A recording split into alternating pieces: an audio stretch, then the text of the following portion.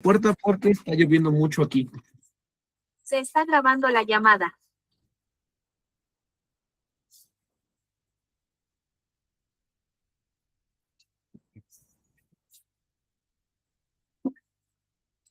Ahora sí, ya que estamos iniciando grabación, vamos a ver la reanimación neonatal. Y dijimos previamente que el foco de la reanimación neonatal es la ventilación eficaz de los pulmones del bebé, ¿vale? Prácticamente el foco de la reanimación neonatal es la ventilación eficaz de los pulmones del bebé, ¿vale? A diferencia de un adulto, lo que viene siendo un lactante, en el recién nacido, el foco de la reanimación es la ventilación y principalmente ventilación positiva, ¿vale? Vamos a ver qué nos dicen. ¿Cuáles son los fundamentos de la reanimación neonatal? Bueno, pues vamos a empezar. Nos dice, la mayoría de los recién nacidos realizan la transición de la vida extrauterina sin ninguna intervención, ¿vale? Prácticamente van a nacer, van a llorar, van a tener un Apgar de 9, un Silverman Anderson de 1 o de 2 y no van a tener mayor complicación, ¿vale? El 85% de todos los partos empieza a respirar o a ventilar, mejor dicho, después de los 30 segundos, ¿vale? Entonces, prácticamente el 85% de todas las bendiciones que van a hacer van a ventilar de manera correcta. Un 10% respira después de hacer la gesticulación, que es calentar, estimular y secar. Tú sabes que un bebé sale todo ligoso, así, lleno de líquido amniótico.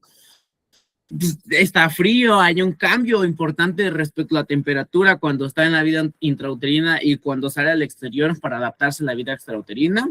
Y lógicamente el movimiento ayuda precisamente a activar los músculos de la respiración para poder expulsar el líquido que tenga residual en los pulmones y pueda empezar a ventilar, ¿vale? Solo un 5% de todos los bebés que van a nacer van a requerir ventilación a presión positiva, porque vuelvo a reiterar, la ventilación a presión positiva es clave para la reanimación neonatal.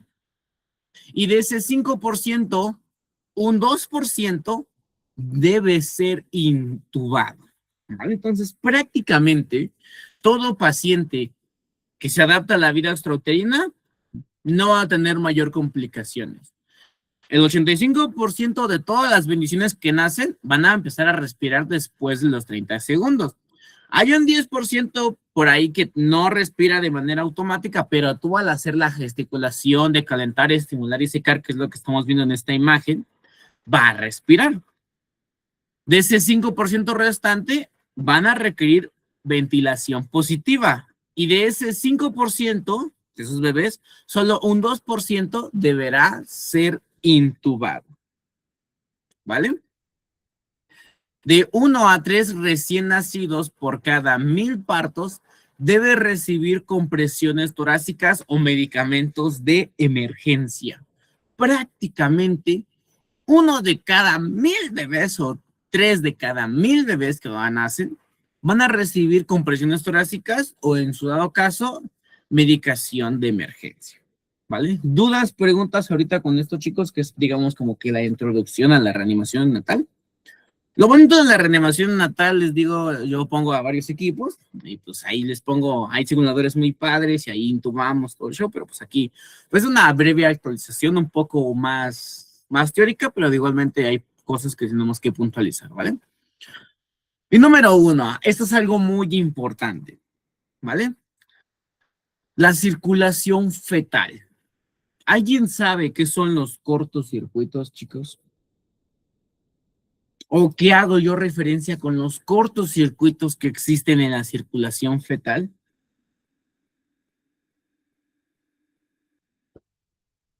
A ver, Isabel.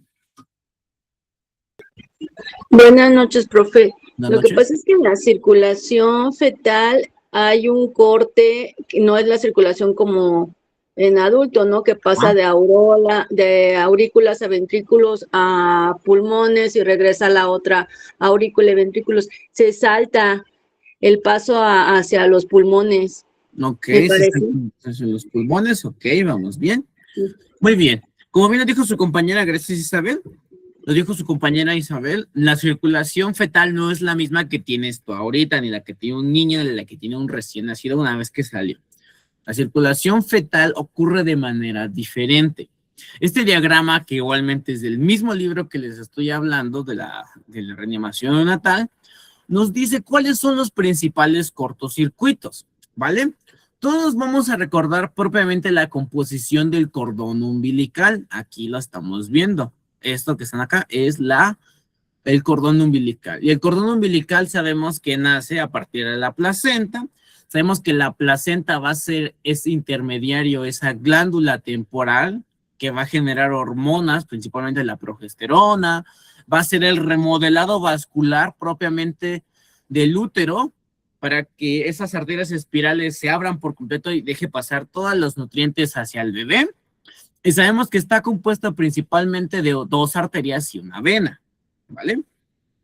Ahora, si se dan cuenta, aquí estamos viendo la misma composición. Esto es el cordón umbilical. Vemos que la vena es el orificio más grande y las 2 que están alrededor son estos 2 chiquitos de color rojito, son las arterias umbilicales. Ahora, en la circulación fetal ocurre de manera diferente que la de un adulto o la de un paciente que ya está en su vida extrauterina.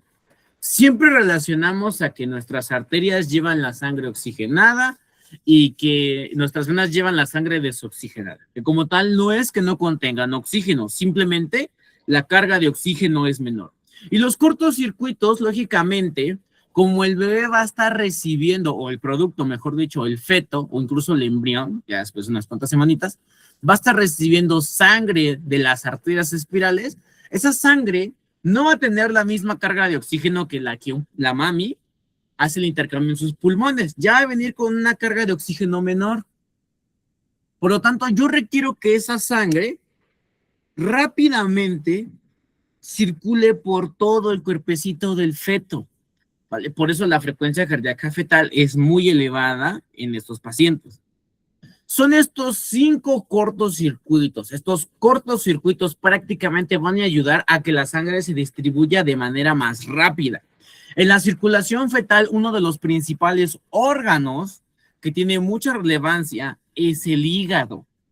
Prácticamente en un adulto esta circulación hepática ya no existe, ¿vale? Se cambió prácticamente por la circulación portosistémica. Pero en un paciente, en la circulación fetal, en un fetito, sí es muy importante porque se conecta directamente ¿con quién? Pues con la vena umbilical, ¿vale? Y dice que llega la sangre a través de la vena umbilical, que es esta que estamos viendo aquí. No sé si puse números. Ah, no puse números. ¿Vale? Llega directamente la sangre a la vena umbilical. Pasa directamente ¿por quién? Pues por el hígado. Y ustedes saben que por anatomía el hígado se une pues con la vena cava inferior. Y después esta vena cava inferior llega a la aurícula derecha. Y en la aurícula derecha es donde tenemos el ductus venoso. El ductus venoso, que es el primer cortocircuito, que son todos los que están de rosita, es una conexión que estamos viendo aquí, ¿vale? Llega de la vena cava inferior y pasa a la aurícula izquierda a través del foramen oval. Primer cortocircuito, segundo cortocircuito. Cuando tú eres un feto, ambas aurículas están conectadas. El tabique intraauricular que divide ambas aurículas no está formado y deja esta muesquita. Y esto se le conoce como foramen oval abierto. Y esto sirve principalmente ¿para qué? Para que la sangre se distribuya y llegue lo más rápido posible hacia la circulación izquierda. O sea, hacia la circulación sistémica, ¿vale? Pasa a través, lógicamente, de las arterias pulmonares a la aorta por medio del ductus arterioso. Si se dan cuenta, la sangre se distribuye por acá. Aquí hay un intercambio, te voy a dibujar para que quede más claro. Y de esta manera llega a los pulmones, se regresa a las aurículas otra vez. Y el paso 5 es que pasa a la aorta y de la aorta después a las arterias umbilicales. Ahorita lo vamos a explicar porque si lo vemos así, si no coloreamos, como que es un poquito complicado. Vale, déjenme tomar una captura de esto.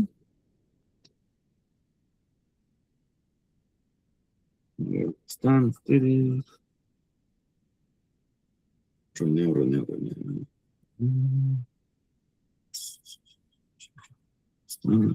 Están. Muy fueron.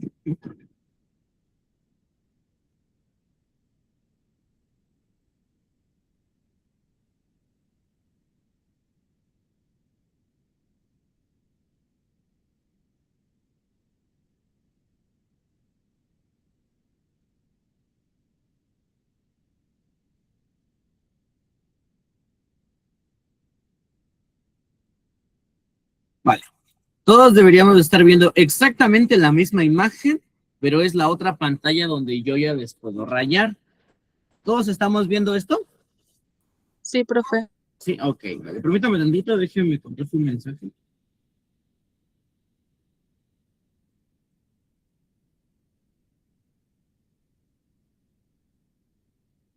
Una paciente.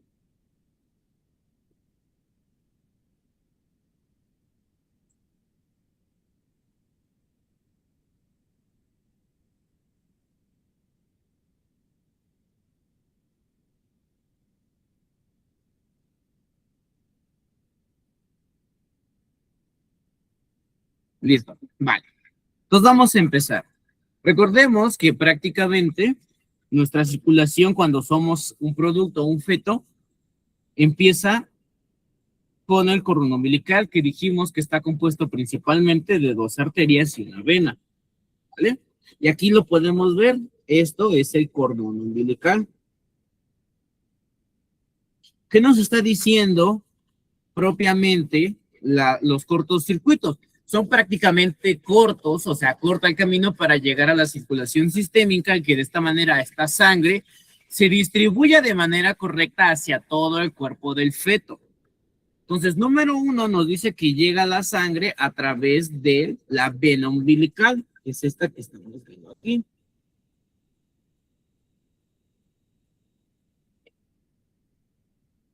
¿Vale? ¿Qué órgano va a entrar aquí principalmente? El hígado.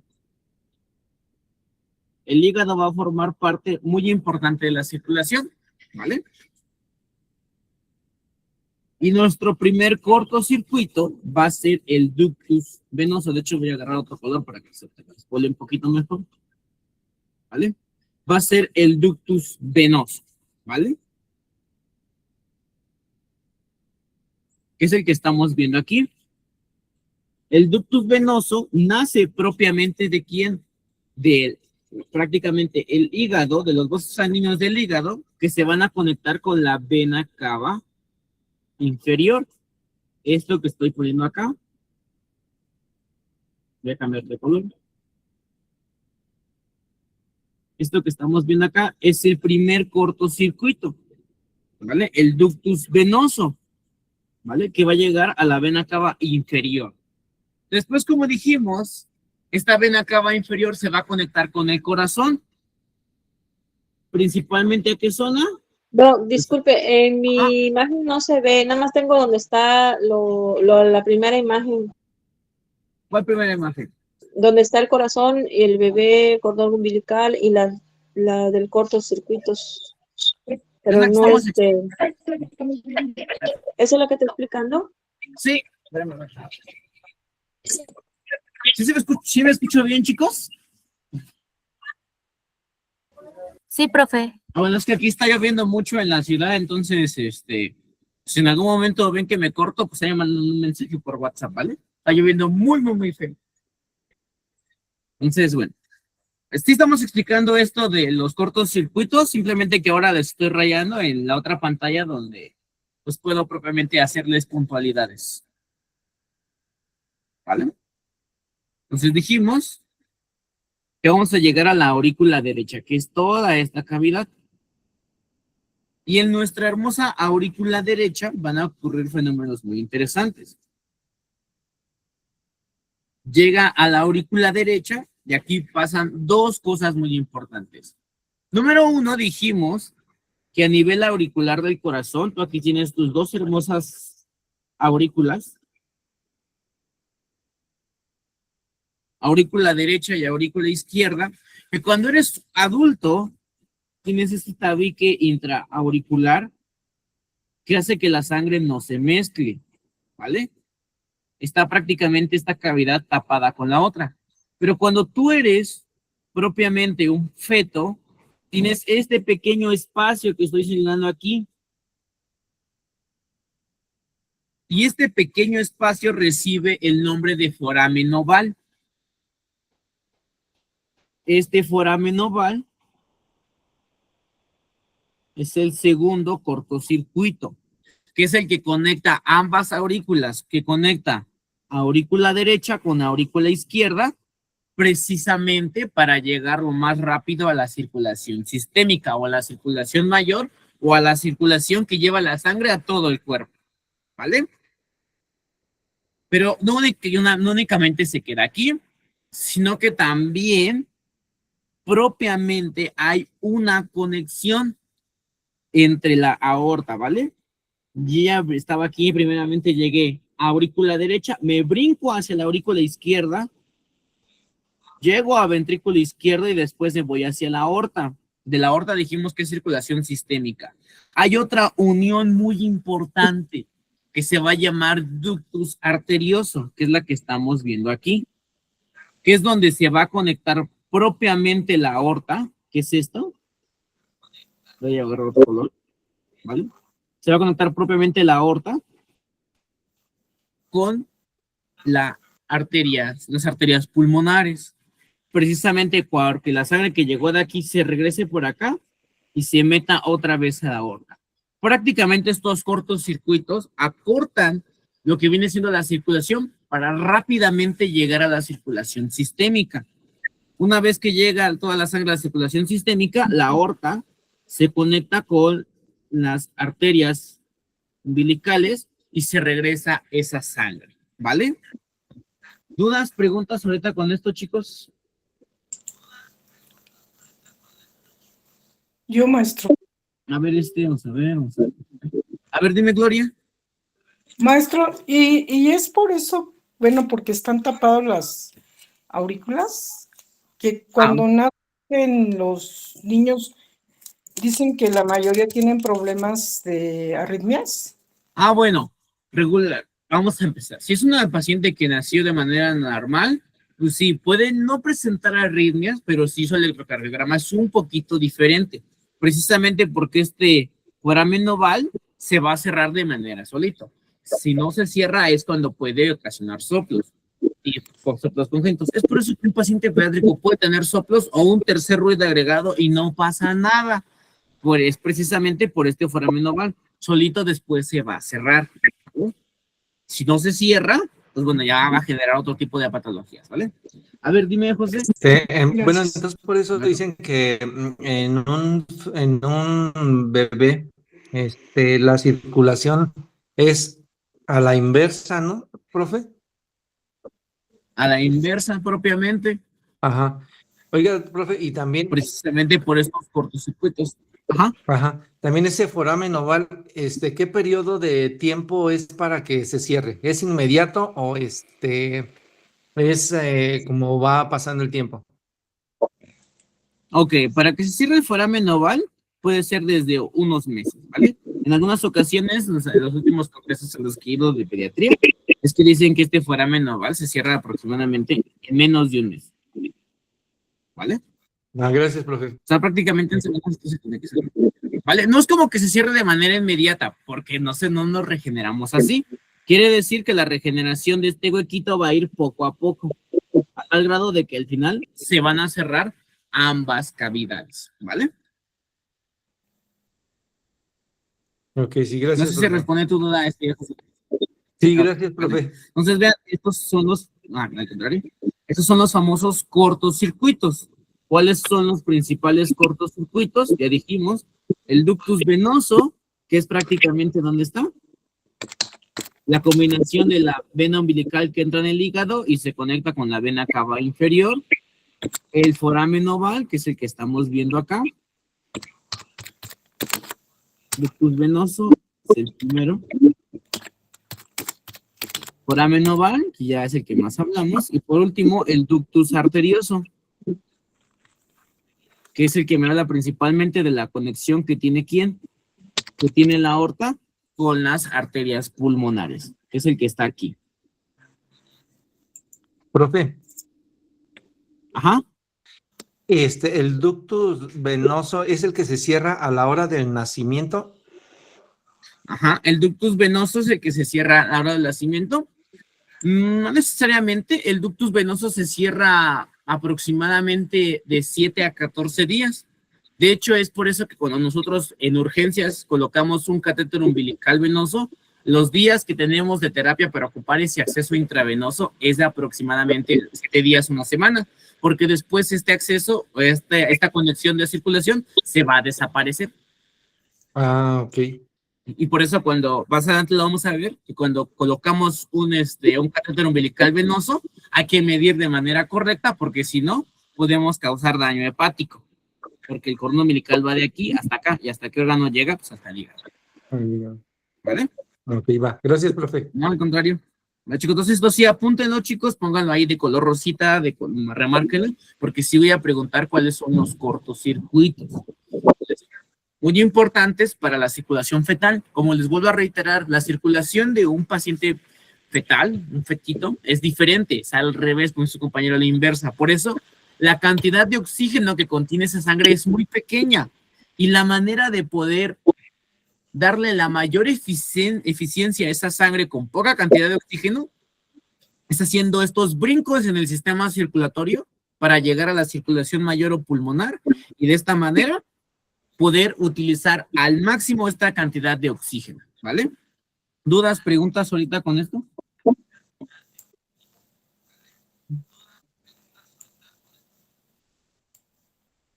No, profe. No, ok, vale.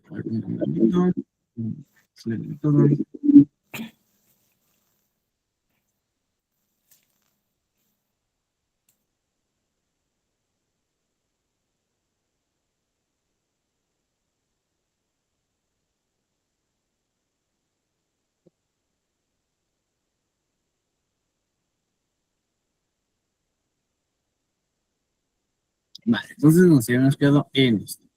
Si cópienlo, por favor. Vamos a ver otra cosa bien interesante. Propiamente dijimos que cuando te encuentras siendo un fetito, pues prácticamente lo que tienes dentro de todas sus cavidades pues es líquido amniótico, ¿vale? Prácticamente este líquido, al momento de que tú sales de la vida extrauterina y expulsas ese líquido por a través del llanto y después vas a introducir aire, eso es lo que va a hacer que tus hermosísimos sacos alveolares empiecen propiamente su trabajo de realizar el intercambio gaseoso, ¿vale? Tu primera respiración, tu primera nutrición que llega gracias al oxígeno que vas a administrar en tu primera ventilación, prácticamente tu primer aliento de vida, para que tus sacos alveolares expulsen ese líquido y puedas comenzar a ventilar de manera correcta. Un recién nacido a término, y eso es algo muy importante y fue algo muy clave en el curso de actualización de la reanimación natal, un recién nacido a término sano puede tardar hasta 10 minutos, escuchen bien, hasta 10 minutos en alcanzar una saturación al 90%, porque este intercambio de líquido por aire no es inmediato. Cuando una bendición sale de la vida a la vida extrauterina, prácticamente durante toda su vida, porque literalmente así fue, durante todo su desarrollo, estuvo completamente lleno de agua. Y hacer este cambio de presiones de agua por aire no ocurre de manera inmediata. Un paciente pediátrico, un fetito, cuando recién sale del útero, pues anda rondando una saturación por ahí del 60%, que más adelante vamos a ver, pero que para que llegue al 90% va a tardar mínimamente 10 minutos. Y una vez aquí les adelanto, es por eso que muchas escalas, como lo son Apgar y principalmente Silverman-Anderson, se hacen 2 veces, ¿vale? Porque sí, a lo mejor al principio puede llegar a tener ciertas deficiencias, pero después de que hace este intercambio de agua por aire, ya debe tener una saturación arriba del 90% y ya tener un Silverman más bajo, ¿vale? Entonces eso es algo muy importante. ¿Cuáles son hallazgos de una transición anómala? ¿Vale? ¿Cuáles serían hallazgos de que el bebé o el feto no hizo una adecuada adaptación a la vida extrauterina? Número 1, respiraciones irregulares o falta de respiración directamente, que el paciente esté apneico, o respiraciones rápidas que llegan con taquipnea, aquí está taquipnea, no sé, taquicardia, frecuencia cardíaca muy lenta, una bradicardia, o frecuencia cardíaca muy rápida, una taquicardia. Falta de tono muscular, ¿vale? Un feto cuando sale y se adapta a la vida extrauterina debe tener tono, ¿vale? Si está flácido, así como un muñeco de trapo, quiere decir que algo está mal. Piel pálida, o sea que el paciente esté pálido, o piel azul, que la conocemos como cianosis. La cianosis que estamos viendo aquí prácticamente en lo que viene siendo pues, carita y labios, se le conoce como cianosis peribucal. Y la que estamos viendo principalmente en las manitas se le conoce como acrocianosis. Y también la saturación baja, considerando que la saturación baja no debe de mantenerse por más de 10 minutos, porque hacer el cambio de la vida extrauterina quiere decir que ya vas a tener más del 90%, ¿vale? No se les olvide eso. Si mantienes durante 20 minutos esa saturación baja o durante más de 10 minutos una saturación baja, quiere decir que algo está mal, ¿vale? Y aquí tenemos el algoritmo prácticamente de la reanimación, ¿vale? Lo vamos a ir discutiendo poco a poco y vamos a ir viendo de la mano este hermoso algoritmo, que está muy bonito, la mera verdad que este algoritmo está muy sencillo. Es una reanimación pues un poco compleja, pensamos a veces, pero no. Siempre les digo a los chicos cuando me toca darles el tema de reanimación natal, es que se olviden por completo de cómo se hace la reanimación en adultos, que se olviden por completo de cómo se hace la reanimación en lactantes y cómo se hace la reanimación en pediátricos, porque la reanimación natal es completamente diferente, ¿vale? Y aquí tenemos nuestro hermoso algoritmo. Voy a hacer un acercamiento y nos dice, asesoramiento prenatal, sesión informativa, ¿no? Al nacimiento. ¿Cuáles son las primeras 3 preguntas que yo sí o sí tengo que hacer cuando me pasan una bendición? Porque dijimos, en la materia pasada tú te encargabas de la mamá, que no se desangrara.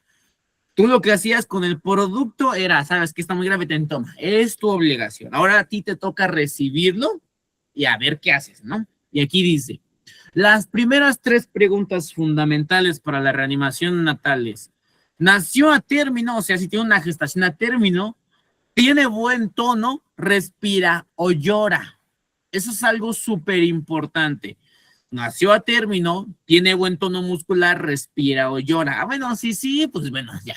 Créanme que si un niño llora, un producto recién nacido llora, ya no tienes ningún problema.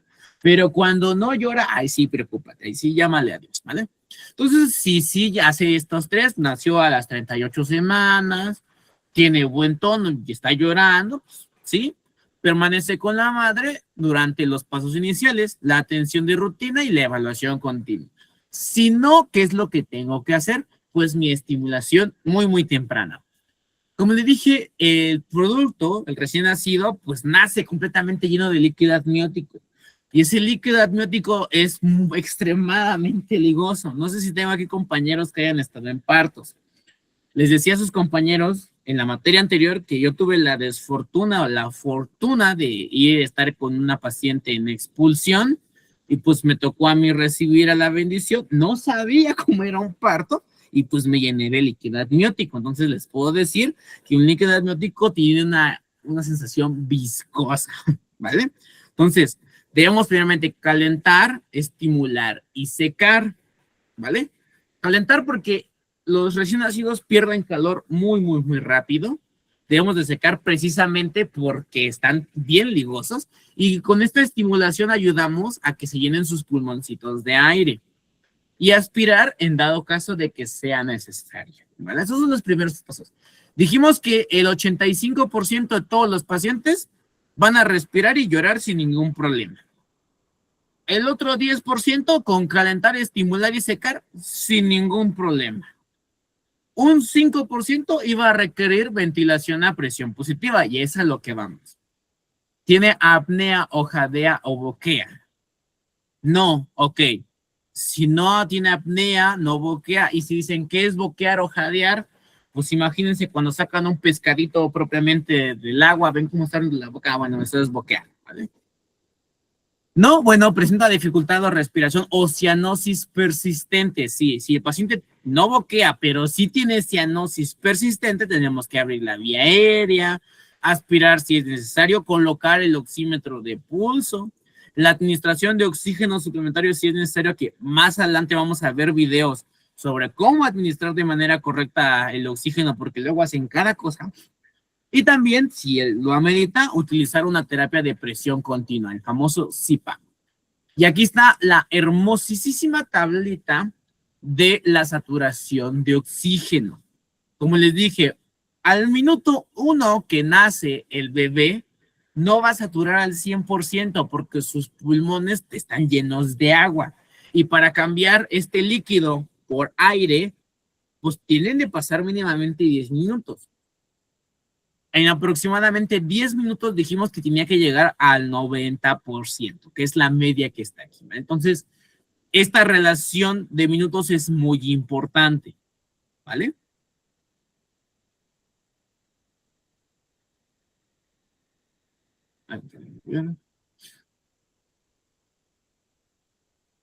Ok, me dice que, y también todo ahora aquí, si la frecuencia cardíaca es menor a 100 latidos por minuto. Y aquí viene lo interesante. Más adelante vamos a ir viendo punto por punto, pero quiero que veamos todos el algoritmo.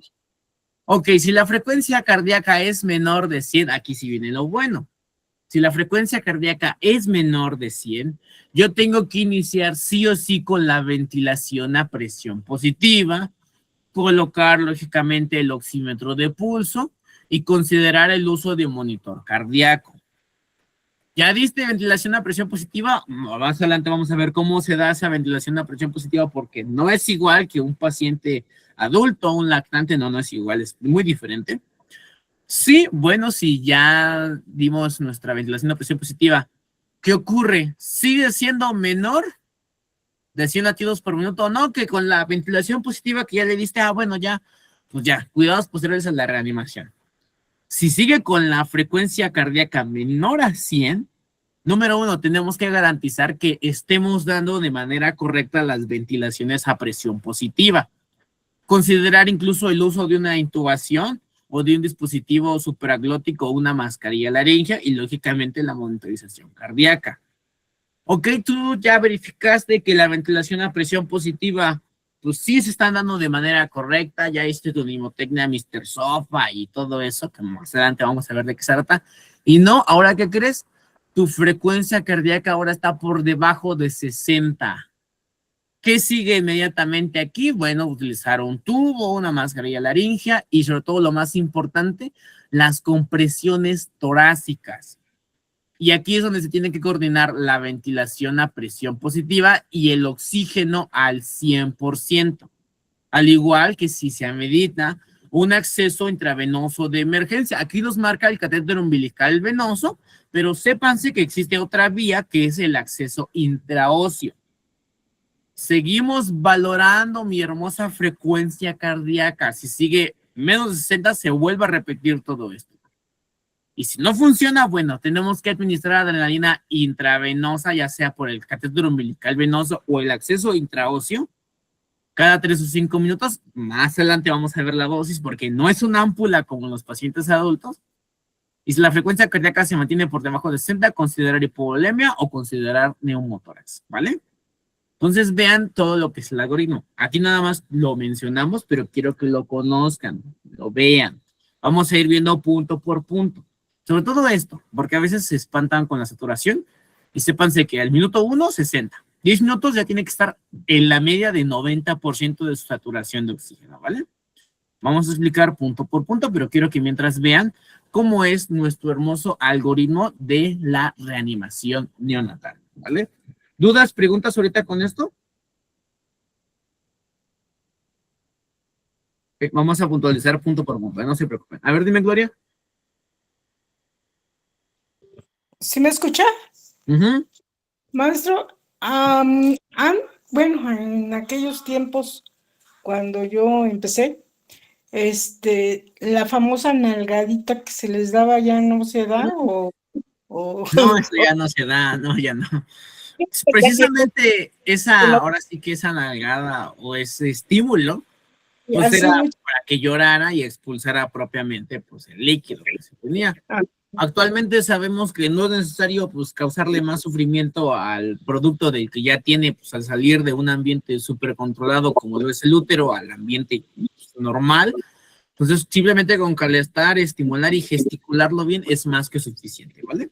Lo que está ahí escrito, el que debemos de hacer, ¿verdad? Uh-huh. Ok. Digo, eso de la nalgada, a mí ya no me tocó, pero sí muchos todavía compañeros de la vieja escuela, pues sí me lo llegaron a mí a decir, pero ya no se ocupa. Sí, a mí sí me tocó estar por ahí. Gracias. No, no me contrario. Vale, vamos a ver. Previo a la evaluación, pues sabes que durante un parto, sobre todo si consideramos que es una mami, pues que es pequeña. Oye, Gloria, ¿puedes apagar tu micrófono? Es que se escucha mucha interferencia. Por favor. Listo, ¿vale? Pues tenemos que preparar pues nuestro material si es que en dado caso se va a ocupar para una reanimación neonatal. Como les dije, las estadísticas son muy bajas, solamente el 10% va a requerir a lo mejor ventilación positiva, un 5% va a requerir a lo mejor compresiones torácicas y solamente un 2% va a requerir un tubo y medicamentos. O sea, es muy, muy pequeña la incidencia, pero igualmente más vale prevenir. Primero, algunos recién nacidos sin factores de riesgo evidentes necesitan reanimación. Sí, podrá ser, ya dijimos, a lo mejor el 1 o el 2%, pero son muy pocos. Pero de igual manera hay que tener la prevención. En cada parto debe haber al menos una persona certificada para iniciar la reanimación. Regularmente es el médico, regularmente, pero también hay compañeras de enfermeras que se capacitan en reanimación natal, son pediatras, son maestras en neonatología y pues, ellas son las meras buenas para la reanimación natal. Yo les puedo decir que en urgencias del General de México, pues bueno, sí los hay, pero a veces no están de turno. Entonces, como siempre lo he dicho, la capacitación tiene que ser continua.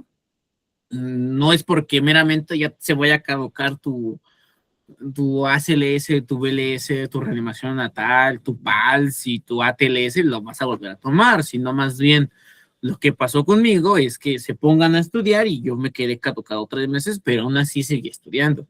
Ya cuando dije, ya salió, ya llegó aquí a México, dije, ahora sí ya lo voy a tomar, ¿vale?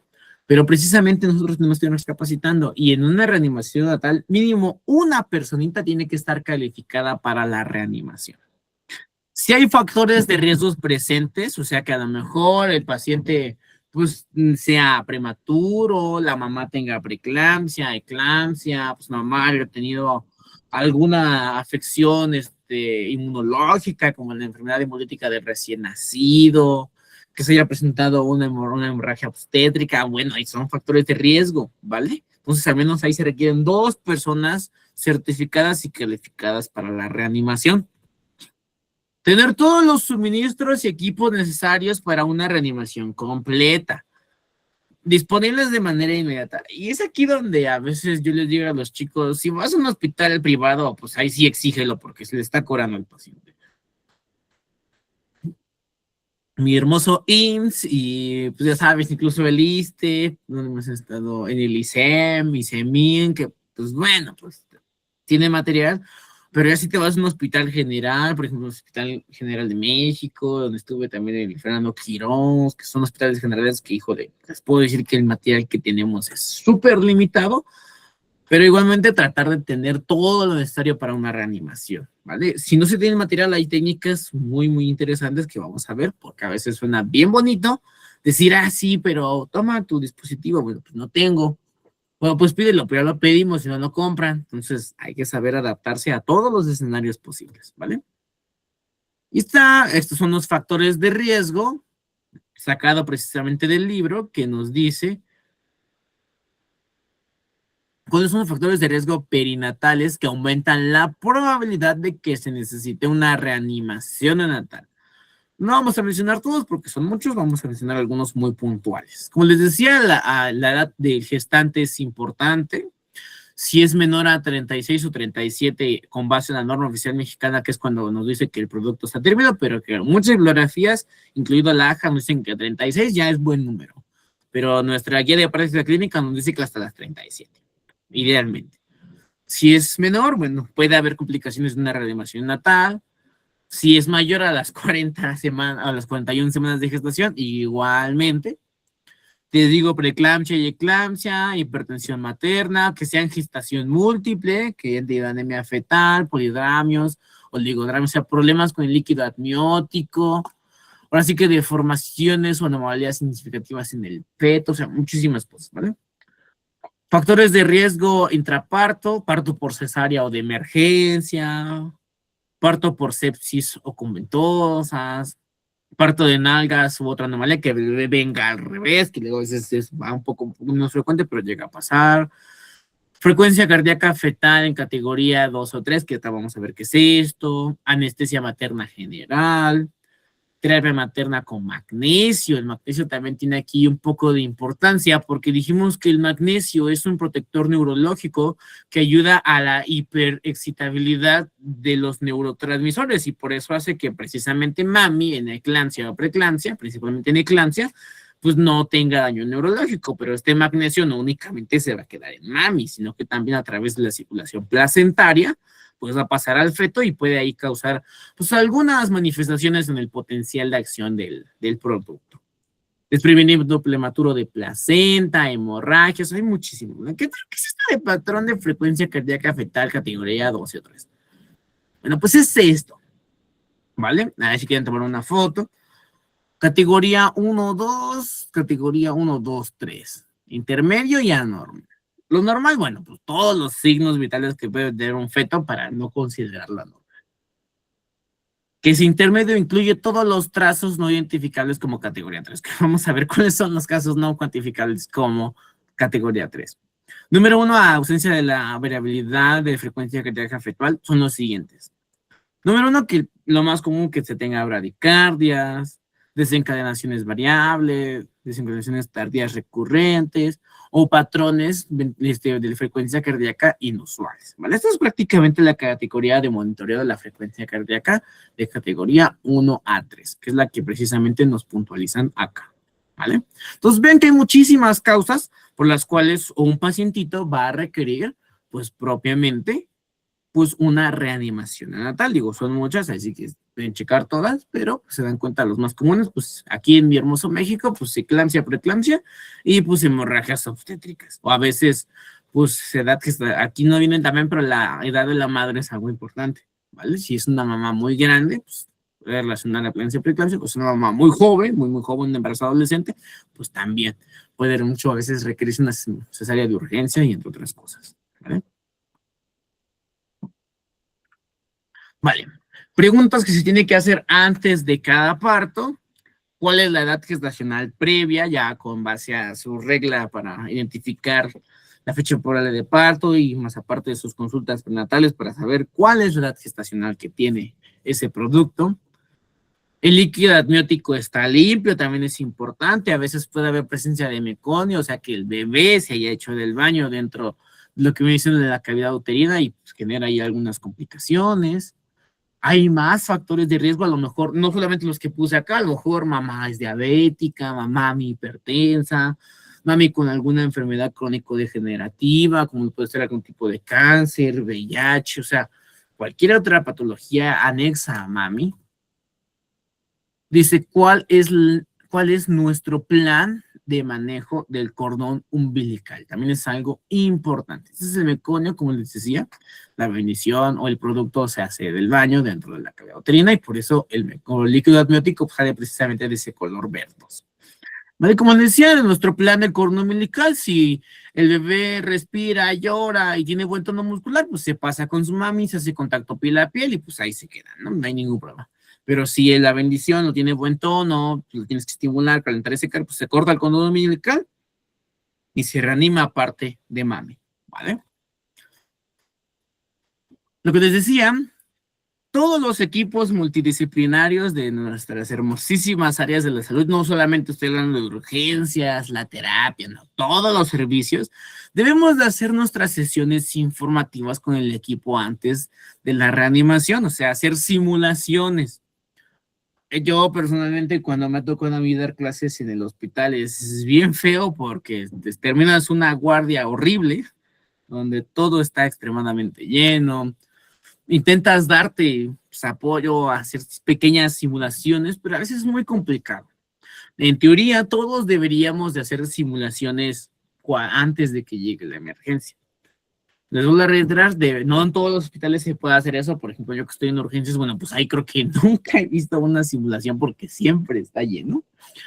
Pero pues ya afuera, pues por eso nos preparamos, nos vamos a cursos, precisamente para cuando nos enfrentemos a estos escenarios, pues podamos dar la mejor información pertinente, ¿vale? Número 1, evaluar nuestros factores de riesgo, identificar al líder del equipo o el líder del equipo, que como he reiterado en muchísimas ocasiones, es el que esté preparado y capacitado para la reanimación neonatal. Prever posibles complicaciones y planificarlas. La delegación de tareas es algo súper importante. Identificar quién documentará los eventos a medida que se presenten. Determinar qué suministros y equipos necesitan o los que tenemos en algunas ocasiones.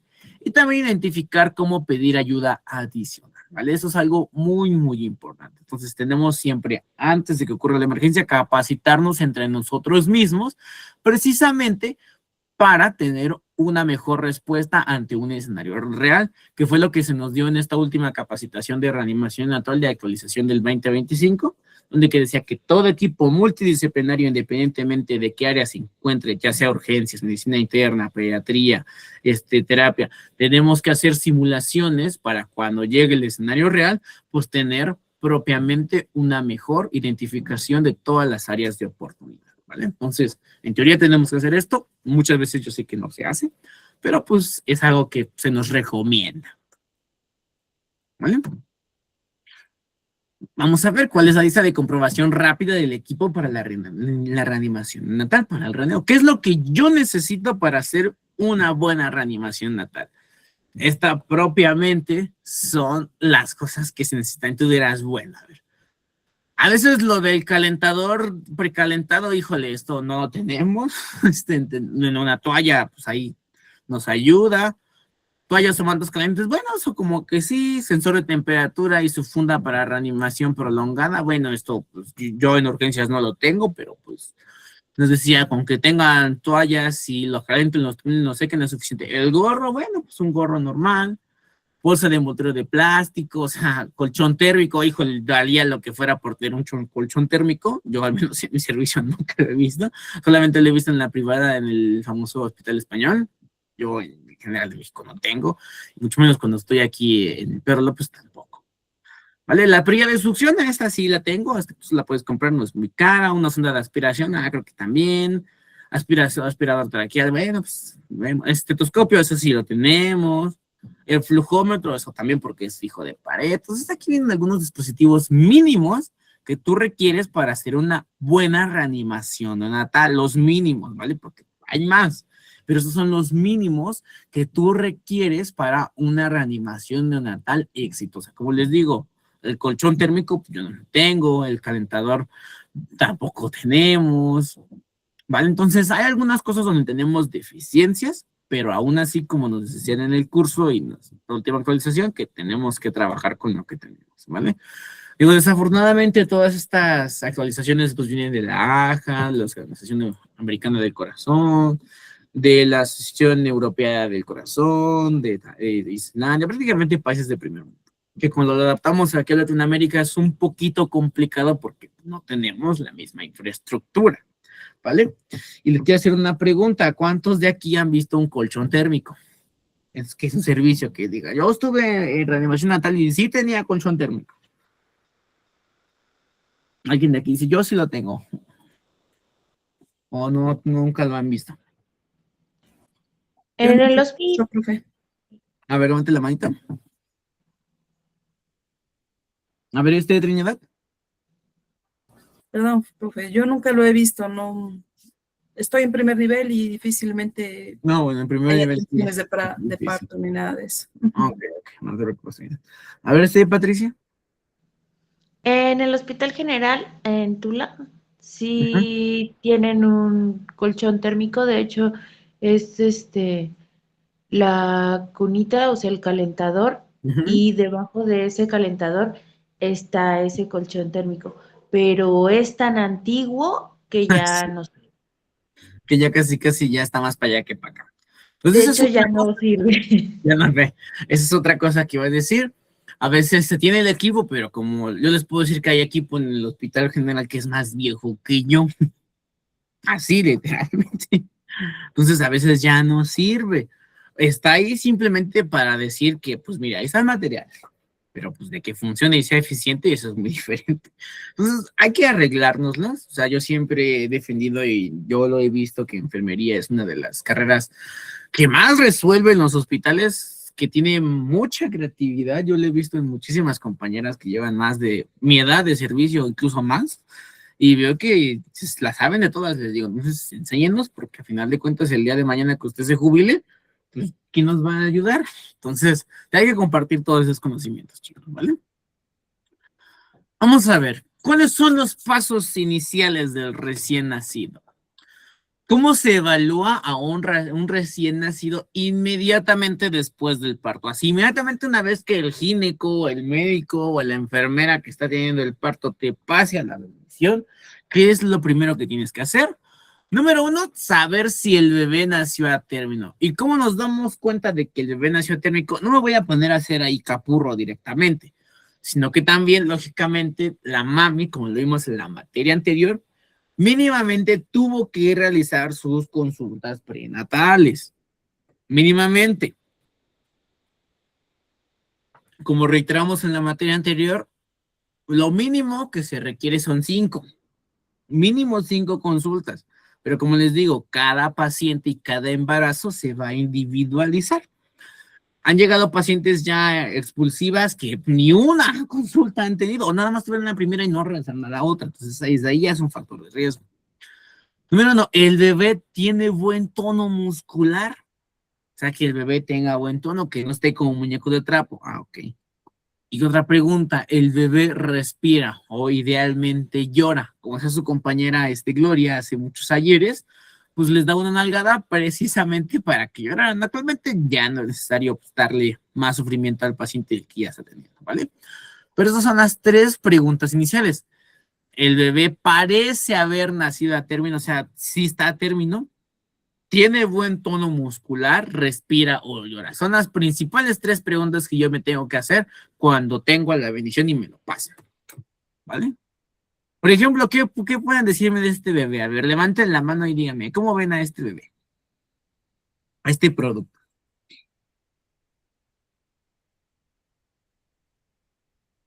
A ver, Patricia.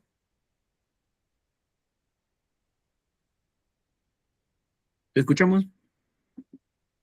Y después, Lidia.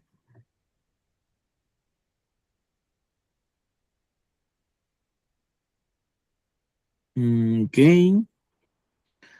Escuchan a su compañera porque yo no la escucho.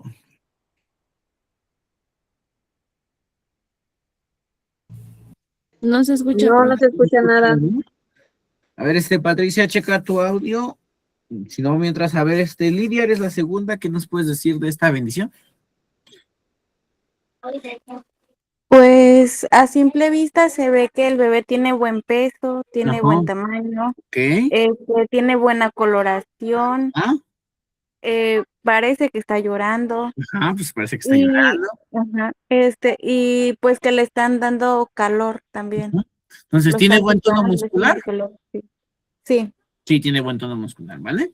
No se preocupen, te van a bajar sus manos las demás porque pues todavía más hay otra imagen. Entonces aquí sí a simple vista podemos darnos cuenta que es un producto que a lo mejor no va a requerir reanimación neonatal. Pues de nada, simplemente calentar, estimular y secar y vámonos. Pero ¿qué me pueden decir de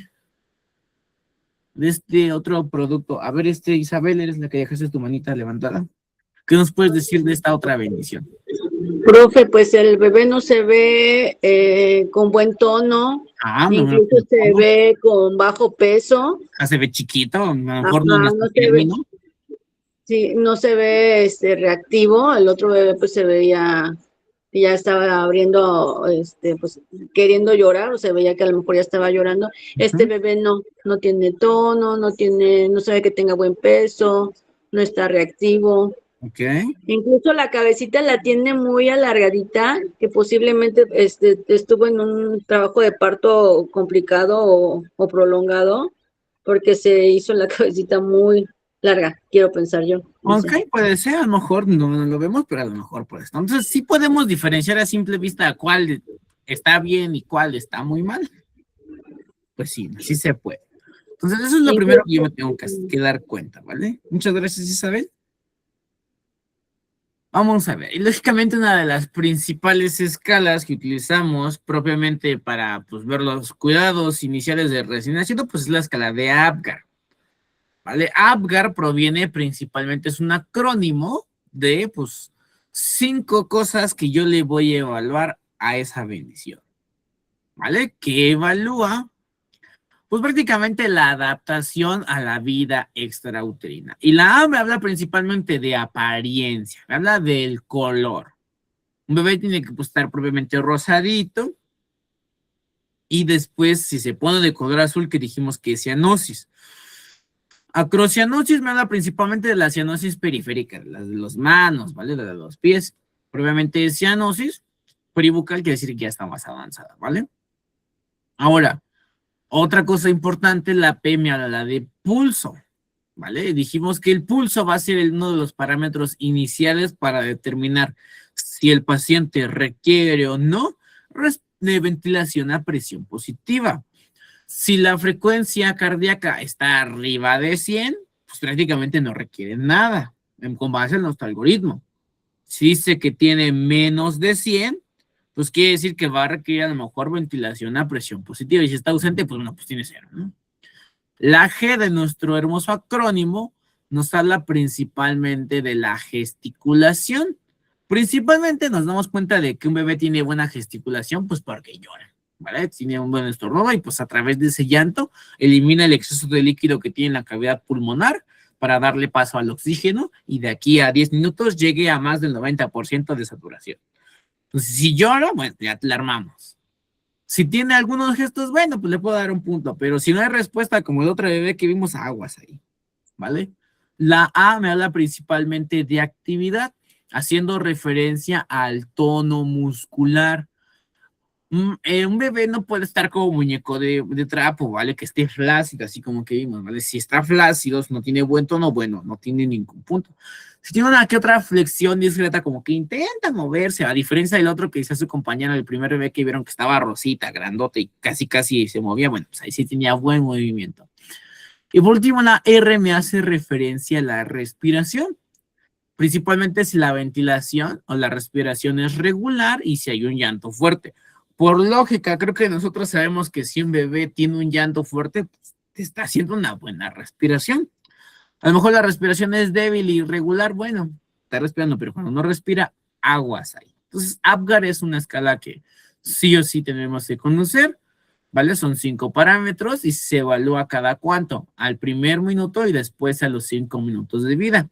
Principalmente, ¿por qué? Porque muchas manifestaciones no se van a presentar al principio, porque como dijimos, el bebé o el producto se tiene que adaptar a la vida extrauterina y para eso más o menos tarda unos 10 minutos, ¿vale? Por eso es que nos dice que al minuto y después a los 5 minutos de vida. Y aquí nos dice cuánto es lo normal. Normal es de 0 a 10, o sea que el bebé está bien. Depresión, pues leve, pues de 4 a 7 y ya depresión severa de 0 a 3 puntos, ¿vale? Esta escala es muy importante, creo que ya muchos la conocen. Hasta la fecha sigue siendo una muy buena información. A ver, permítame tantito. Bueno, doctor, buenas noches.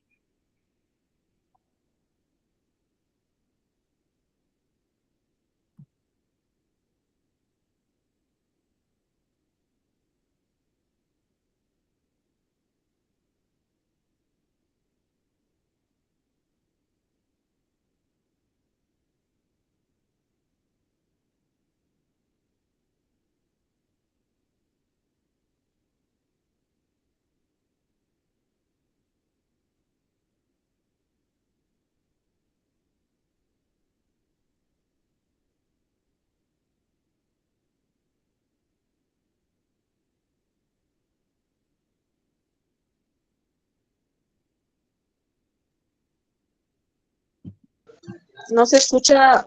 Sí, permítame, un momento, chicos, que estoy teniendo un compañero doctor que son unos pacientes, permítame tantito, ¿vale? Mm.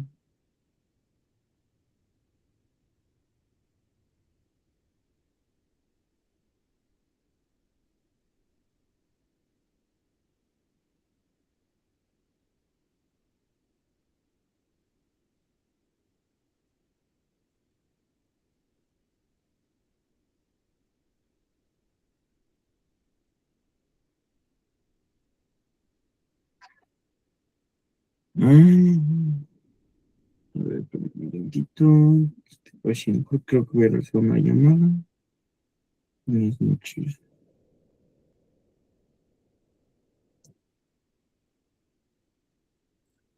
Listo, disculpen, chicos, es que era una consulta. Bueno, fueron unos pacientes que vi hace rato, unos pacientes geriátricos, entonces teníamos que descartar algunas cositas y dar el control terapéutico, ¿vale? Entonces, dudas, preguntas con la escala de Apgar, que dijimos que es un acrónimo que evalúa, pues, 5 condiciones. Está muy sencilla, ¿no? Creo que no es muy compleja.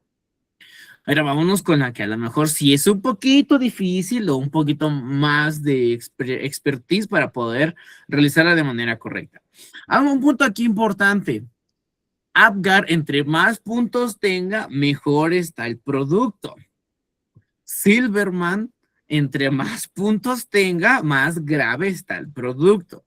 ¿Y de qué me habla propiamente la escala de Silverman? Anderson, principalmente de las dificultades respiratorias, ¿vale? Aquí evalúa, pues digamos, 3 cosas.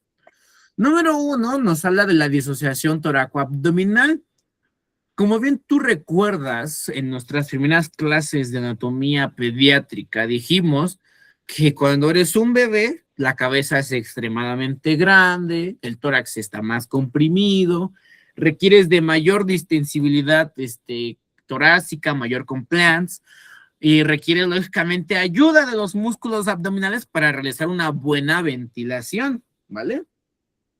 Eso es algo súper importante. Entonces, si no hay una buena interacción una buena sincronización entre el tórax y el abdomen, bueno, pues, ahí hay una complicación ventilatoria, ¿vale? Disociación toracoabdominal, si es completamente sincrónico, tanto tórax como abdomen, para realizar una buena ventilación, un buen suministro de aire, no hay ningún problema. Si hay tiraje intercostal, bueno, pues a lo mejor.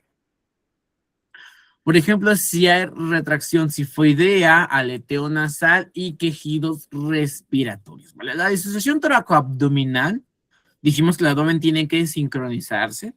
Si es visible en la inspiración, o sea, cada que mete aire, bueno, lleva un punto. Y siempre es visible tanto en la inspiración como en la expiración, que quiere decir que no hay una buena coordinación entre estos músculos y los centros respiratorios, que eso regularmente ocurre propiamente por una inmadurez neurológica de los núcleos respiratorios para poder realizar una buena ventilación, ¿vale?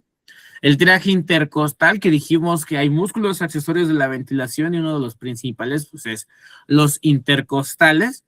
Cuando no hay, pues tiene 0 puntos. Cuando es leve y otras cuando son marcados y son constantes. Retracción sifoidea me habla precisamente del apéndice gifoides, ayudándome principalmente a la ventilación, porque dijimos que mientras tú eres un niño, un pediátrico, pues propiamente utilizas el abdomen. Si esta es demasiado marcada, como se ve aquí, bueno, tienes 2 puntos. Si es leve, tiene 1.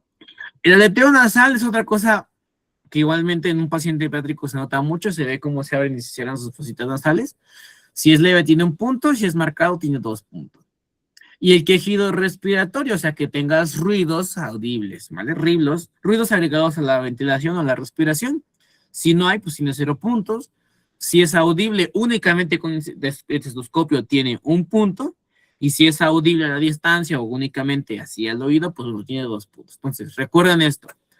Apgar, entre más puntos tengas, mejor está el producto. Silverman, entre más puntos tengas, más grave está el producto, ¿vale? Principalmente Silverman me habla de la dificultad respiratoria. Aquí les dejo la escala. Digo, en muchos hospitales, cuando tenemos aquí, pues vamos a hacer la reanimación del producto, pues imprimimos propiamente las escalas, pues probablemente para acelerar el proceso y no tener errores al momento de aplicarlas, ¿vale? ¿Dudas, preguntas ahorita con todo lo que acabamos de ver?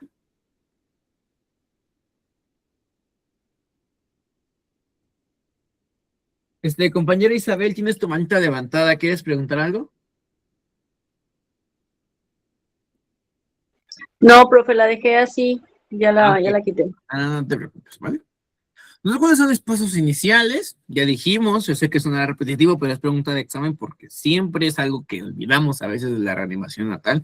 Todos pensamos que la reanimación natal, sí, comprime, ventilación a presión positiva, vamos a intubar y va a ser un acceso intraóseo y vamos a pasar a la harina. No, chicos, ¿vale? Muchas veces la intervención más sencilla, aunque lo parezca, es la más efectiva. Por eso lo más efectivo para una reanimación natal, porque desde aquí inicia la reanimación, pues es calentar, ¿vale? Estimular y secar y lógicamente ayudar a la posición de la cabeza si es necesario. Como dijimos, los bebés nacen con una cabeza enorme, ¿vale? Enorme. Tú naciste así. Conforme fue pasando el tiempo, pues gracias a la biología, a la ingeniería de la vida, pues te fuiste acomodando de una manera más estética. Pero los pasos iniciales de la reanimación o del recién nacido es calentar, estimular y secar. Lo primerito. ¿Vale? Eso no se les olvide. Eliminar secreciones si en dado caso es necesario. ¿Vale? Esto sí, apúntenlo porque esto es súper importante. Calentar la estabilidad de la temperatura corporal, porque dijimos que como eres un producto pequeño, pierdes más rápido calor. ¿Vale? Idealmente la temperatura que debe tener un recién nacido es de 36.5 a 37.5 grados Celsius o grados centígrados. ¿Vale? Y esto es donde entra precisamente nuestro control térmico, nuestra incubadora, nuestro calentador, que bueno, ¿no? Digo, si lo tienes, pues ocúpalo. Les digo, en mi servicio ya no existe. La compañera dijo que tenía uno, pero ya está viejito y ya no funciona. Entonces, si no, miren, con una buena toallita, unos buenos apósitos, miren, podemos hacer el proceso de calentar, ¿vale? Gesticular. Estimular, igualmente, nunca debemos de sacudir al bebé así como una lata de refresco, ¿no? Eso no se hace.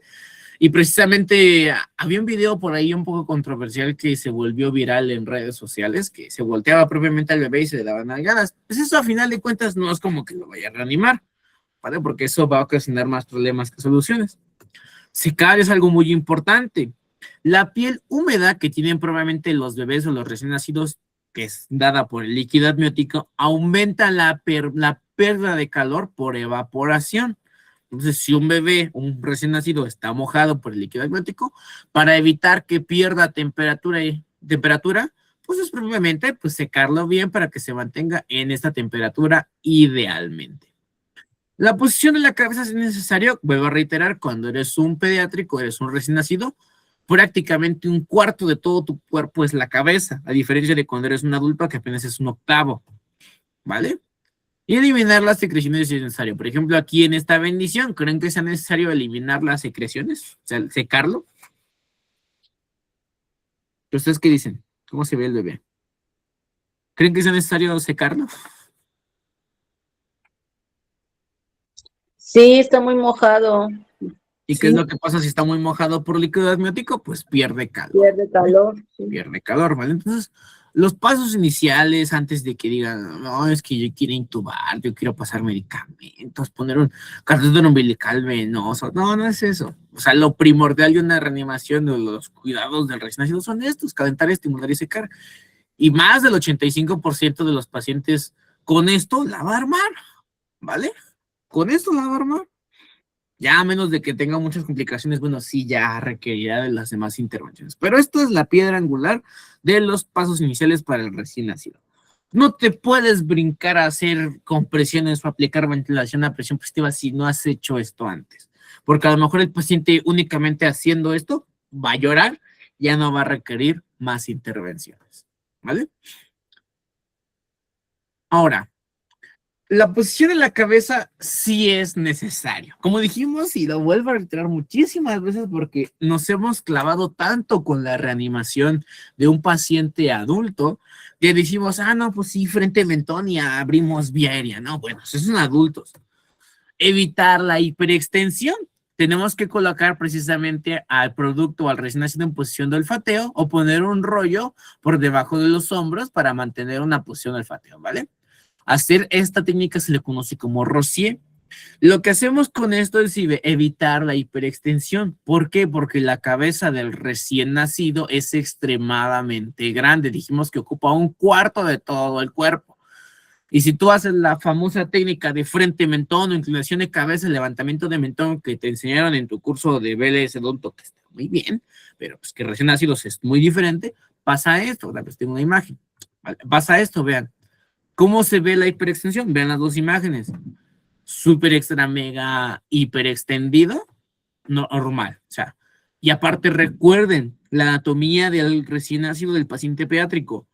Un paciente pediátrico es un respirador o tiene una ventilación nasal obligatoria o estricta. ¿Por qué, doctor? Ah, bueno, porque recuerda que la lengua es extremadamente grande y larga en comparación con su cavidad oral, haciendo que no pueda entrar aire por aquí, únicamente entra aire casi por la pura nariz. Y si tú hiperextiendes, ¿qué es esto? Pues vas a tapar propiamente la vía aérea de la bendición. Eliminar secreciones si es necesario. ¿Qué creen que se deba de aspirar primero? ¿Boca o fosas nasales? ¿Quién dice yo? Eso fue una controversia. Fosas nasales. Fosas nasales, bueno, no sé quién habló. A ver, Lidia. Yo igual iba a decir fosas nasales. Fosas nasales. ¿Quién da más? ¿Quién da más? A ver, ¿quién más?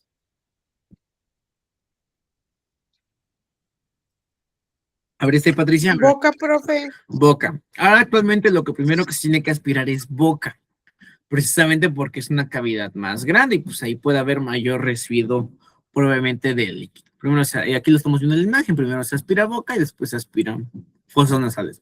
Pero otra cosa bien interesante es que no tengo una perilla por aquí en la mano, dejen ver si puedo conseguirla. Bueno, vale. Vamos a suponer que, creo que aquí tengo un globito.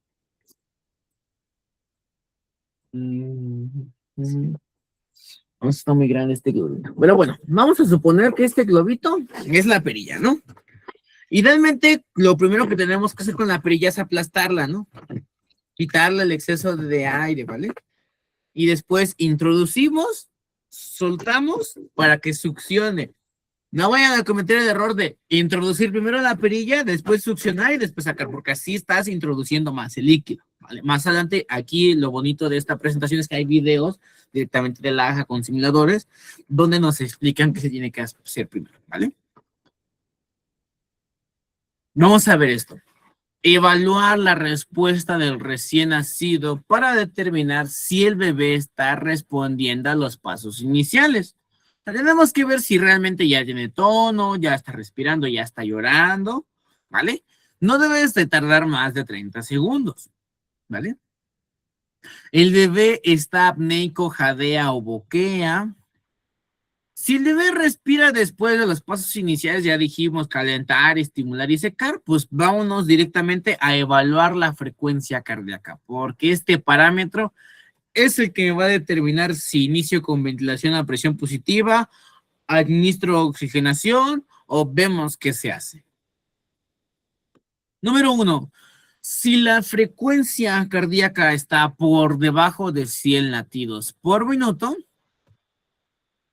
yo voy a iniciar la ventilación a presión positiva. Y vuelvo a repetir. Si la frecuencia cardíaca está por debajo de 100 latidos por minuto, voy a iniciar la ventilación a presión positiva. Previo a esto, yo tuve que hacer los pasos iniciales de calentar, estimular y secar. Vámonos con el otro lado de la moneda. Si la frecuencia está arriba de 100 latidos por minuto, pero ya pasaron más de 10 minutos y ese paciente no está saturando arriba del 90%, ya tiene cianosis, ¿qué tengo que hacer, doctor? Ah, bueno, pues evaluar la saturación de oxígeno y lógicamente administrar oxígeno suplementario. ¿Quién te va a dar la pauta de esto? Pues la frecuencia cardíaca, ¿vale? Si está por debajo de 100, iniciamos ventilación a presión positiva. Si está por arriba de 100 y más aparte tenemos ya presencia de cianosis, Bueno, pues evaluar la saturación de oxígeno y determinar la administración de oxígeno suplementario. Esto sí, cómelo porque esto es preguntar examen, sí, sí, ¿vale? A diferencia de un adulto, que bueno, ahí es muy diferente el algoritmo para la reanimación, ¿vale? ¿Dudas, preguntas hasta ahorita con lo que llevamos, chicos? Creo que no, dice Rosa que no, dice que no, ok, vale. Vamos a empezar y vean, estos son videos muy padres. Desconozco si se escucha, según yo sí, pero si no avíseme para ahorita moverle a la computadora y puedan verse, puedan escucharse, ¿vale? Le voy a subir todo el volumen, bueno, un volumen apropiado, y me dicen si lo escuchan, ¿vale? Voy a darle unos 10 segundos y si se escucha, bueno, lo dejamos, lo volvemos a poner y si no se escucha, bueno, ahorita le muevo a la computadora para que se pueda escuchar, ¿vale? Nace el bebé y se le realiza una evaluación rápida. Es un bebé a término, con tono deficiente, que no respira ni llora al nacer.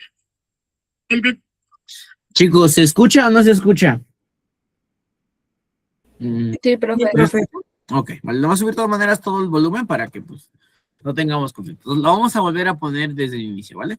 Estos son videos previamente de la AJA, ¿vale? Están muy bonitos todos, ¿no? Nace el bebé y se le realiza una evaluación rápida.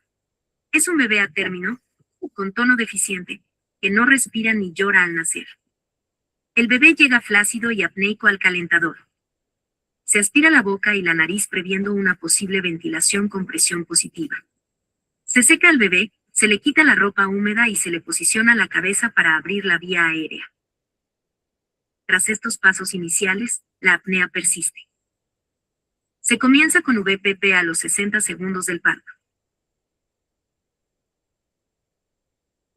Vale, pues eso es lo que dice que tenemos que hacer.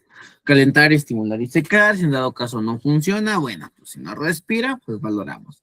Frecuencia cardíaca menos de 100, ventilación a presión positiva. Arriba de 100 con cianosis, bueno, valoración de oxígeno suplementario, ¿vale? Entonces es el primer video de muchos que vamos a estar viendo a lo largo de esta clase, ¿vale? El objetivo de la saturación, ¿vale? Colocar el sensor de pulsioxímetro, de oxímetro en la mano derecha del recién nacido. Bueno, hay veces en que no tenemos este tipo de pulsiómetros, entonces utilizamos un oxímetro normal del adulto y lo ponemos en el piecito del bebé y pues así adaptamos esta función. No es lo mejor del mundo, idealmente tenemos que tener este pulsímetro. Digo, no, a veces no se tiene, y por ejemplo, cuando me tocó a mí hacer mi servicio social en el campo, pues ni siquiera teníamos medicamentos, era un estetoscopio y mi kit de signos contra el mundo, pues no teníamos esto. Lo que hacíamos propiamente era utilizar el oxímetro de adultos y lo colocábamos en el pichito del bebé para pues, tener un parámetro que sea la saturación de oxígeno, ¿vale? Tenemos que nos sirve principalmente para la reanimación, verificar cianosis, validar la administración de probablemente del oxígeno suplementario y también para verificar que las ventilaciones a presión positiva están siendo efectivas. ¿Vale? Y esa es la tablita, chicos, ¿vale? Como les vuelvo a reiterar, un paciente que apenas acaba de salir prácticamente de un ambiente de líquidos, de agua, no va a respirar, no va a tener una saturación arriba del 100% minuto 1. Dijimos que para que existiera este cambio de presiones y se sacara este líquido y empezara a introducirse aire a todos tus alveolitos, va a tardar aproximadamente 10 minutos, ¿vale? Entonces, esta saturación es normal al minuto 1. Más o menos cada minuto va subiendo un 5 o un 10%. ¿Vale? Hasta llegar a la meta de 10 minutos, cuando ya llega a casi al 95%. Vamos a dejar una media del 90%. ¿Vale? ¿Cómo se administra el oxígeno? Que es otra cosa bien importante porque el oxígeno es tóxico, ¿vale? El oxígeno, a final de cuentas, es un medicamento.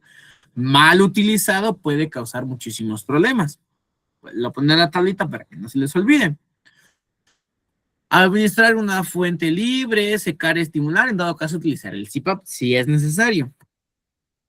Aquí vamos a ver cómo colocamos el oxígeno a flujo libre, que es algo que todos los hospitales debemos de saber, todos los compañeros del área de salud debemos de comprender.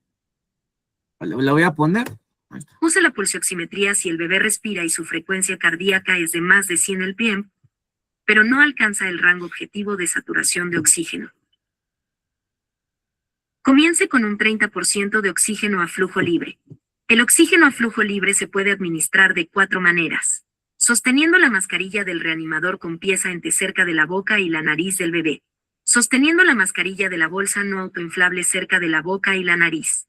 No se puede administrar oxígeno a flujo libre con la mascarilla de una bolsa autoinflable. Pero sí puede suministrarse por la válvula de una bolsa autoinflable. También se puede suministrar oxígeno a flujo libre con tubos de oxígeno o una mascarilla facial. Eso es lo que regularmente más hacemos. Utilizamos este. ¿Vale? Probablemente aquí no dice, pero algo importante es ponerlo sobre la nariz o sobre la boca, nunca sobre los ojos, dejando aproximadamente de 3 a 5 centímetros entre estas cavidades, porque si lo colocas muy lejos no estás pasando nada y si lo colocas muy cerca, pues puedes ocasionar problemas de oxidación.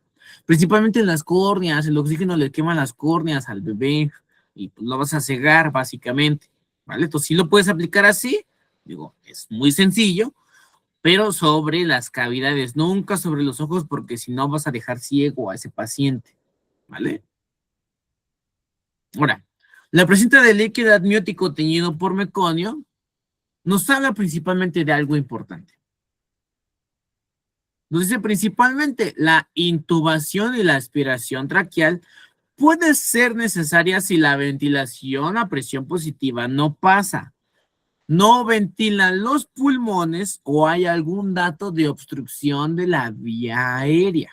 Entonces, sí, a lo mejor vamos a requerir intubación, pero antes de llegar a la intubación, antes de llegar a hacer un procedimiento más invasivo, pues primeramente tenemos que aspirarlo, verificar que estamos haciendo una buena técnica y si no, pues bueno, pues ya tocará ver qué se hace en esos casos puntuales, ¿vale? Teñido con meconio. La ventilación a presión positiva, ¿vale? Dice que la ventilación de los pulmones del recién nacido es el paso más importante y efectivo de la reanimación neonatal. Nos dice que la frecuencia de ventilación de un recién nacido es de 40 a 60 ventilaciones por minuto. Y nos dice que la presión de ventilación inicial es apenas de 20 a 25 centímetros de agua. Es una presión pequeñita. Respiran muy rápido, ¿vale? Y aquí estamos viendo una imagen de la respiración a presión positiva, más aparte la evaluación de la frecuencia cardíaca, para ver si está pasando, va a aumentar la frecuencia cardíaca. Si no está pasando, pues se va a mantener o va a disminuir y tenemos que realizar una mejor técnica o corregir los pasos o aspirar o utilizar un dispositivo avanzado de vía aérea. ¿Vale? Dice, el indicador más importante de una ventilación a presión positiva exitosa, lo vuelvo a reiterar, es el aumento de la frecuencia cardíaca. Otra cosa que nosotros también tenemos que ver en esta bendición es la expansión del tórax. Igualmente, no olviden mantener a su pacientito en la posición de olfateo, ¿vale? La posición de olfateo es la más importante. O colocar lo que viene siendo su toalla o su rocía abajo de las escápulas, precisamente para alinear la cabeza que tiene muy grande ese paciente para el paso correcto de aire. ¿Hasta aquí dudas o preguntas, chicos? No, profesor. No, ok, vale. Dice, si la frecuencia cardíaca no aumenta en los primeros 15 segundos de la ventilación positiva y no se observa movimiento de tórax, o sea, la ventilación a presión positiva, si no se mueve el tórax, ¿qué quiere decir? Que no estoy pasando nada, que no estoy haciendo una buena técnica. Se deben de realizar los pasos correctivos de la ventilación. Antes de decir, sí, vamos a meter un tubo, ¿no? Para que sea más fácil. O colocas una mascarilla laringea, ¿no? O sea, primeramente, antes de llegar a eso, corrige los pasos básicos, chicos. Colocar un tubo no va a ser la solución a todo. Colocar una mascarilla laringea no es la solución a tus problemas. Si no haces una buena técnica básica, ¿qué va a hacer cuando quieres utilizar un dispositivo avanzado de vía aérea? ¿Y cuáles son esos cambios? Para eso tenemos una mnemotecnia o un acrónimo que es el famoso Mr. Sopa o MR Sopa, como lo marcan en el curso. ¿Qué es el Mr. Sopa? Ah, bueno, aquí hay un video donde nos habla precisamente de cuando tenemos complicaciones con la ventilación a presión positiva, porque hay muchas razones por las cuales tú no estás pasando una buena ventilación. Vamos a reproducir el video. Si la frecuencia cardíaca no aumenta y el pecho no se mueve, inicie inmediatamente los pasos MR SOPA para corregir la ventilación. Realice los pasos MR SOPA rápidamente hasta obtener movimiento torácico con VPP y luego administre VPP por 30 segundos. MIR, ajuste de la mascarilla y cambio de posición de la cabeza. Estos son los primeros pasos y suelen resolver el problema. Ajuste la mascarilla y cambie de posición la cabeza, de varias ventilaciones y evalúe el movimiento torácico. Si el pecho no se mueve con la VPP, realice los pasos S y O. Aspire la boca y la nariz y abra la boca. Administre varias ventilaciones y evalúe el movimiento torácico. Si el tórax aún no se mueve, realice el paso P. Aumente la presión en incrementos de 5 a 10 cm de H2O hasta alcanzar la presión máxima recomendada para un recién nacido a término, que es de 40 centímetros de H2O. Vuelve a realizar la VPP y evalúe el movimiento torácico. Si el pecho no se mueve, introduzca una vía aérea alternativa con un tubo endotraqueal o una mascarilla laríngea. Controle la posición de la vía aérea y vuelva a intentar la VPP. Realice 30 segundos de VPP con movimiento torácico. Interrumpa la VPP cuando la frecuencia cardíaca sea superior a 100 LPM y el bebé respire. Si la frecuencia cardíaca no supera los 60 LPM después de la VPP con una vía aérea alternativa y movimiento del pecho, inicie las compresiones torácicas. ¿Vale? Entonces, aquí vamos a poner otra vez el acrónimo. Vamos a ver cuál es la terminología de la ventilación a presión positiva. La presión inspiratoria máxima, o PIP, es la máxima presión administrada con cada ventilación. Este manómetro muestra una presión inspiratoria máxima de unos 25 cm de H2O. Es una PIP de 40.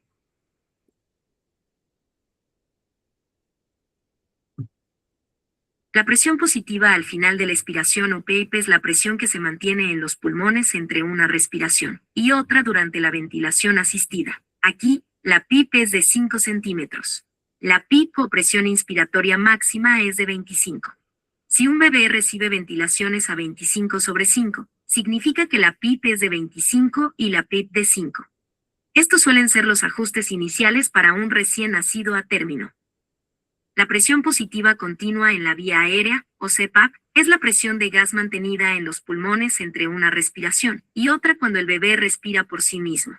Aquí, la CPAP es de 5 centímetros de H2O. La CPAP mantiene los pulmones ligeramente inflados para que el bebé no deba hacer demasiado esfuerzo con cada ventilación. El tiempo inspiratorio, o IT, es la duración en segundos de la fase inspiratoria de cada ventilación con presión positiva. Este es un IT corto. Es un IT más largo.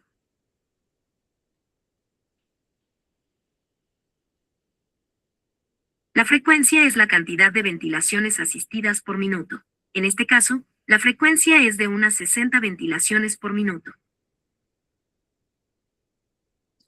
¿De qué habla aquí principalmente, doctor? ¿Qué es esas cosas? Ah, bueno, recuerda que dentro de la cavidad torácica existen presiones.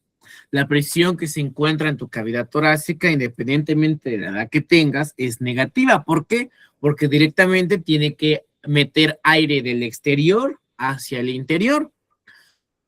Tú no puedes rebasar esa presión. Si tú rebasas esa presión, es como si yo inflara este globo al máximo. ¿Qué va a ocurrir después? Que lo voy a explotar. Prácticamente mantener una PIP de 5, o sea, que se quede algo de residuo adentro de tus pulmoncitos, adentro de tus saquitos alveolares, ayuda principalmente a que puedas reintroducir nuevo aire, ¿vale? Estos ya son parámetros más de ventilación mecánica, pero a final de cuentas, ¿qué quiere decir? Que tú no vas a insuflarle así muchísimo la bolsa a tu dispositivo de ventilación a presión positiva, porque puedes provocar un barotrauma, ¿vale? Puedes provocar atelectasia en estos pacientes, eso en todos, ¿vale? Más aparte de distinción gástrica y ni hablar de las otras complicaciones que pueden ocurrir, ¿vale? Entonces, Configuración inicial para la ventilación a presión positiva. Número 1, la concentración de oxígeno. Cuando tú vas a pasar ventilación a presión positiva, también vas a pasar oxígeno. La configuración inicial que nos dice es que si el paciente tiene una edad gestacional arriba de las 35 semanas de gestación, o sea que se encuentra medianamente pretérmino, pues yo voy a usar la configuración inicial de 21%. Si es prematuro, menor a las 35 semanas de gestación, perdón, tengo que utilizar un porcentaje de oxígeno del 21 al 30%. Ahora, en las imágenes y en los videos que tú estás viendo de la AJA, pues te das cuenta que ahí el monitoreo de oxígeno pues es bien fácil, ¿no? Ahí viene 20, 30, 40, 50, 100%. Pero nuestros flujómetros de nuestros hospitales no lo miden así. ¿Cómo se mide aproximadamente? No, mejor dicho, ¿cómo se mide cuánta cantidad de oxígeno le estás pasando al paciente con tu flujómetro? No lo medimos en porcentaje directamente, ¿o sí? ¿Cómo lo medimos, chicos? ¿Cómo sé que le estoy pasando al paciente 21% de oxígeno o 30% de oxígeno? Si mi flujómetro que tengo fijo en la pared no viene en porcentajes, ¿en qué viene? En litros. Viene en litros, ¿vale? Entonces, ahora, ya con esto vamos a terminar la clase del día de hoy porque pues ya es mucha información, ¿vale? Ya para que te vayas, se vayan. Y ya mañana terminamos, ¿vale? Pero quiero terminar de explicar esto, ¿vale? Eso de manera muy puntual. Nos habla precisamente que tú cuando das las ventilaciones a presión positiva, principalmente en pacientes que sean menores a la 35ª semana de gestación, semana de gestación, o sea, menores a las 35 semanas de gestación, que son regularmente los pacientes que van a requerir reanimación neonatal, tienes que pasarle de oxígeno entre el 21 al 30%. Pero como bien lo dijo su compañera, dice aquí en mi hermoso hospitalito de México, mi hermoso México lindo y querido, pues yo no lo paso en porcentajes, ¿no? Mi flujómetro no está así como el de los videos de Estados Unidos, de la AJA. Bueno, aquí lo pasamos por litros por minuto. ¿Vale? Pues recuerden que hay un término muy importante que se llama FiO2. El FiO2, ¿qué significa? La fracción inspirada de oxígeno. Ahí tengo un micrófono encendido, no sé quién es, Isabel, ¿tienes un micrófono encendido? Ah, muchas gracias, ¿vale? FiO2 significa la fracción inspirada de oxígeno.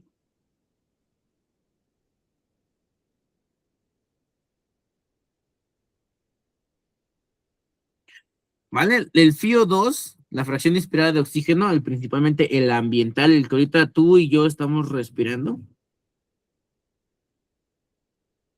lo vamos a dejar en una media del 21%. ¿Vale? Hay otros factores que pueden influir en esto.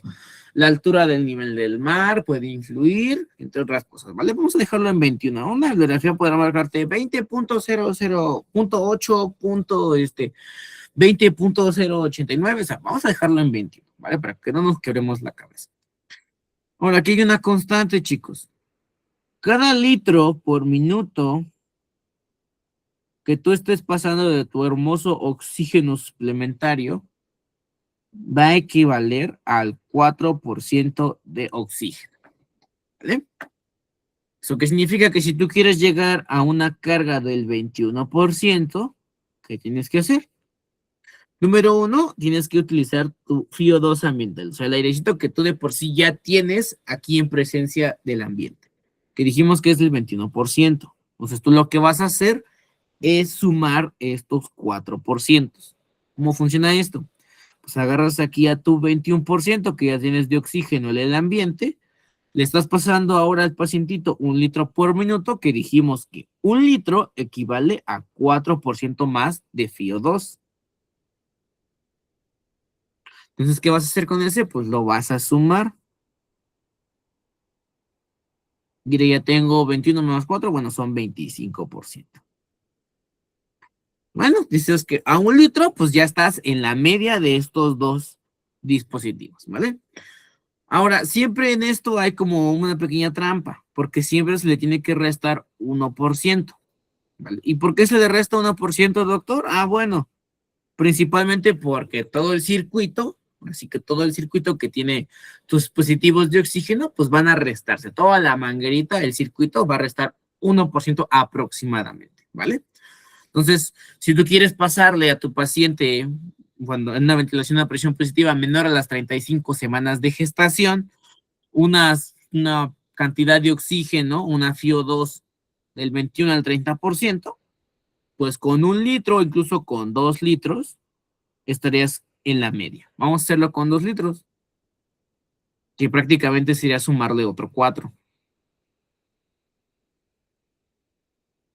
Dijimos que son 29, pero le voy a restar 1 por todas las mangueritas, por todo ese circuito, y me va a dejar en 28%, ¿vale? Entonces, prácticamente con 2 litros, podríamos decir que tú te encuentras en la media para dar una buena ventilación, ¿vale? Entonces, chicos, ¿dudas, preguntas ahorita con esto? Yo sé que es un ejemplo muy puntual. Mañana vamos a hacer más ejercicios precisamente para esto. ¿Dudas, preguntas que tengan, chicos? No los veo. A ver, voy a dejar de compartir aquí. ¿Dudas, preguntas ahorita con la clase? Todavía nos faltan algunas, responsables. Gloria, ¿tienes tu micrófono encendido? Profesor, ¿1 litro equivale al 4 qué? A 4% de FiO2. 4%. Es como si Es a que- 20 le sumaras 4 por cada litro, ¿vale? Ah, ok.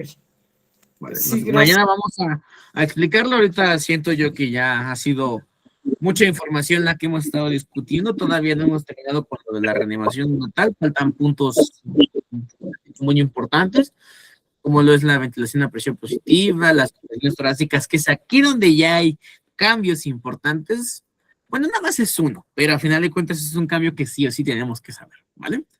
Entonces, chicos, si no tienen más dudas, más preguntas, pues esto sería todo por la clase del día de hoy. Ya mañana nos estaremos viendo pues en el mismo horario, en el mismo link, y estaremos terminando de ver lo de la reanimación natal, que nos faltan todavía algunas diapositivas. Lo que viene son videos, la evaluación de la frecuencia cardíaca, el detector de CO2, que es muy importante, algunas consideraciones, lo material para intubación, que yo sé que a muchos esto como que es un tema que les gusta, el uso de la mascarilla laringea. Entonces faltan algunas cositas interesantes, lo de los accesos intraóseos y demás, que les digo que es muy bonito, pero pues lo estaremos viendo el día de mañana, ¿vale? Y si nos da tiempo, de una vez estaremos viendo los cambios que hay precisamente con la reanimación en lactantes y en escolares, ¿vale? Que sí hay cambios importantes, ¿vale? Que los estaremos puntualizando el día de mañana. Vamos a ver a cuántos joules se tengo que yo dar la chicharronera al paciente y vamos a ver un simulador para que pues acá tengamos una práctica un poquito más real, ¿vale, chicos? Entonces, si no hay dudas, no hay preguntas, chicos, esto es todo por la clase del día de hoy. Ya les creé el grupo de tareas, entonces ahí vayan subiendo su tarea, una compañera ya la mandó. A ver, dime Patricia. Sí, nada más preguntarle, doctor, hasta ahorita la única tarea que tenemos es la de la cartilla de vacunación. Ajá, creo que va a ser la única tarea que les voy a dejar, ¿vale? Porque yo también ahorita tengo mucho trabajo, se dan cuenta, ahorita me distraje un poco de la clase porque estaba teniendo a otro compañero, fue el doctor Arellano, entonces pues tuve que dejar en pausa un poco la clase. Entonces, tengo mucho trabajo y no me da tiempo de revisar todas sus tareas, la verdad. Y pues qué mala onda de mí dejarles como 10 tareas y no las reviso y pues ahí pongo así una calificación a las datos. No se me hace una buena praxis, ¿vale? Entonces digo, no, mejor hagan una tarea, que la hagan bonita y pues se vea su dedicación y ya con eso estaremos dejando su porcentaje, ¿vale? Entonces el grupo ya no, al contrario, y ya para que vayan subiendo sus tareas, ¿vale? Entonces, chicos, si no hay más dudas, no hay más preguntas, nos estaremos viendo el día de mañanita, ¿vale? Que pasen una bonita noche y una bonita guardia a quien esté trabajando, o quien se va a trabajar también, ¿vale? Cuídense mucho, chicos. Y vamos a la grabación. Gracias, profe, descansa.